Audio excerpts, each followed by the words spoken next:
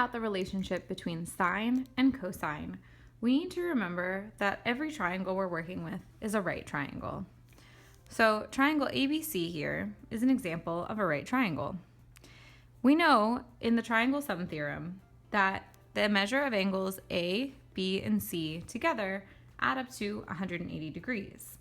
Since we've already used 90 degrees here in this right angle, that means we have 90 degrees left over for angle A and B. So no matter what the actual measure of A and B are, they're always going to also add up to 90.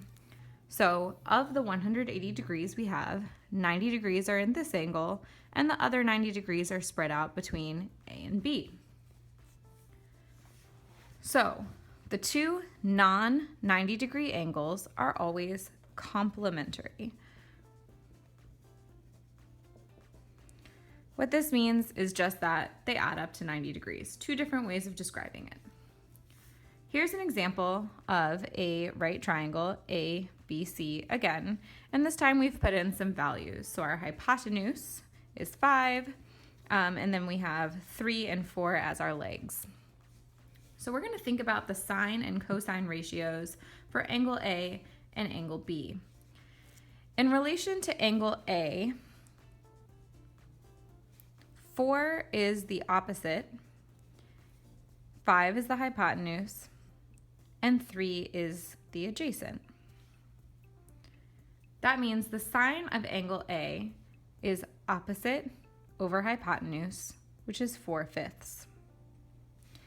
And the cosine of angle A is adjacent over hypotenuse, 3/5.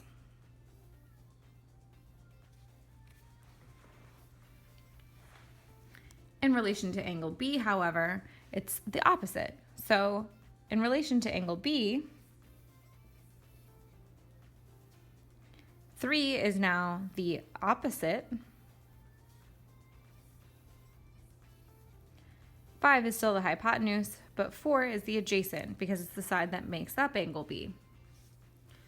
So the sine ratio of angle B is 3/5. Opposite over hypotenuse. And the cosine of angle B is 4/5. The pattern that you'll notice is that the sine and the cosine of angles A and B are the opposite of each other. So the sine of A is the same as the cosine of B, and the sine of B is the same as the cosine of A. This pattern works for every single right triangle. So to summarize, angle A plus angle B equals 90.